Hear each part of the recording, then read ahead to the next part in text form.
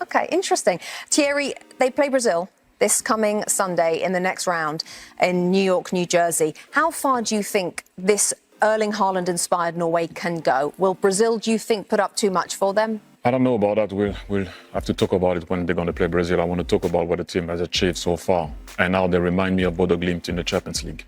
It's a team effort. I like the way Nusa is playing. I like the way Soloff is moving all the time for the big man. The big man stays inside. Soloff makes runs into the channel. I like Berge inside with Odegaard out there, maneuver the ball. And so it's a team effort. And you can see it as much as you can relate to how they celebrate and and everything. The way they play is also contagious, not only how they celebrate. That's what I like about this team. Let's see how they can open up Brazil. But it is a team effort. If Berg doesn't pass that ball and he's not unselfish on that one, the big man cannot score. It is a team effort and always will be, and Norway shows that all the time. What's your line? You don't have to score, the team has to. Exactly that, and Berg knows about it. But like I said, it is a thing that Bodo Glimt do. I had the opportunity on another channel to interview them, and they said if they don't pass the ball to the guy in the better position, the boss will sub you. And you see that. Patrick Berg plays for Bodo Glimt. Okay. Exactly that. How close, though, do you think it'll be? Do you think we'll see a close affair between the two? Yeah, I do, because I don't think Brazil's shown the propensity to beat any team by a lot other than Haiti, right? So I think it's going to be a tough game. I think Norway provides a threat going forward, as we know. They're resilient defensively. I think Brazil has a difficult time breaking teams down that are in a lower block. And so I think we're going to see a competitive match. I would favor Brazil just because of like what we talked about, the experience a little bit. I think they have a couple of game changers in certain positions. Obviously, Haaland is one guy that can, to some degree, be taken care of by two people if the ball doesn't ever get there. Whereas there's other players on Brazil like Vini and some other players that I think can make a little bit more of a difference. So I would slightly edge Brazil, but it would not be surprising at all if Norway takes it. You giving them the edge too, Troy? Yeah, I think you have to. I think experience, again, the weight of the jerseys you're talking about does come into it. I do feel at some point now the weight of the jersey and the expectation will start to fall onto these Brazilian players. Not all of them. The likes of Vinicius Junior, he's been a superstar for so long that he's used to having a heavy shirt because that's what happens when he plays for Real Madrid and obviously for the national team. I do also think one key battle is the manager in Carlo Ancelotti. He has done everything right so far. In terms of even the president of the country is coming out talking about Neymar, and he goes, no problem, I'm going to put him in for this game. And that's the only time we've seen him. Put him in for what, 10, 15 minutes? Now I'm going to drag him back. And again, how easy would it be in the last game where couldn't break down the low block. The fans are calling for Neymar. They want Neymar. He goes, hey, Hendrik, you go in. You're a young guy. I'm going to give you some airtime that you haven't had. But it would be very easy to put Thiago in. Yeah. Who he started. Everything he's done has been calculated. He's got, okay, Thiago, you started. You missed a massive chance against Morocco. Yeah. Come and sit on the bench. We're going to use you further down the line. But you've got to understand that when you're with Brazil, you get one moment, you get to score. Oh. This is not Brentford. Every little tweak, if you look at it from a managerial point of view, he's been fantastic, and that's why I give them the edge. Maybe even leaving in Casemiro, because that was a bit worrying, wasn't it? Leaving him in, and then he had the second half, and Martinelli, obviously, him slightly out of position, and then he gets the game winner, so unbelievable. Listen, let's just be straight up and honest. There's not but maybe two teams that can break a low block right now. Messi, maybe France. Yeah. Olise in there. Besides that, tell me another team right now that can break that low block. So it's in transition where it's going to happen. Don't Go ahead. No, I don't see it. Tell me another team right now. We keep talking about Brazil wanting to break a low block. It's not the Brazil of old. They don't have that. No, I agree. Messi can because that's the type of player he is. Mbappe can because, or Olise can drop into the midfield. Dembele can drop in. They can do things that are different. There's not a lot of teams that can break a low block. So it's going to come down like we've seen in transition. We saw the goal in transition, maybe a set piece.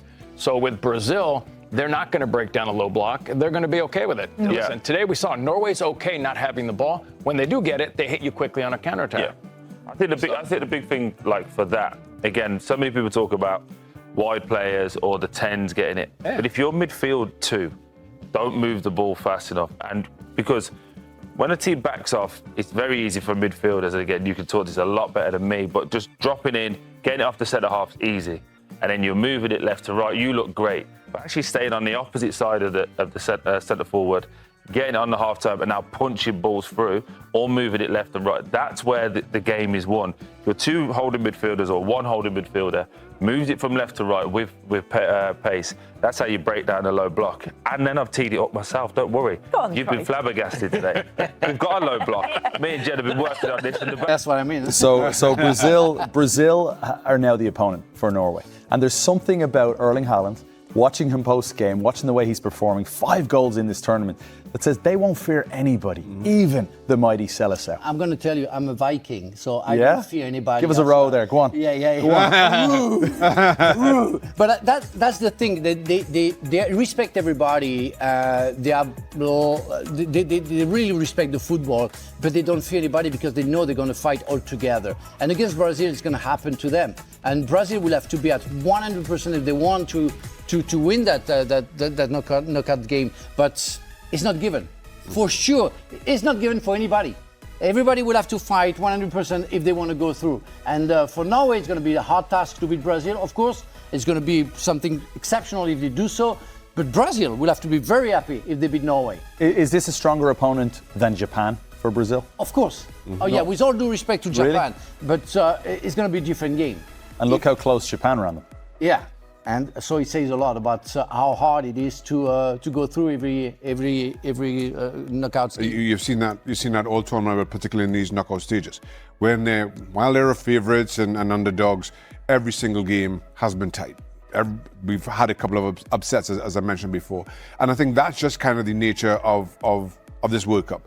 That teams are prepared, if that's what it takes, to sit in to defend, to have their moments. You've seen that with Norway. For all the praise that we've heaped on Norway during the course of this tournament, for as good a team as they have, certainly on paper, they've been able to make the most of their moments. The build up to that second Haaland goal, the ball into Berg, he squares for Haaland to all but tap in.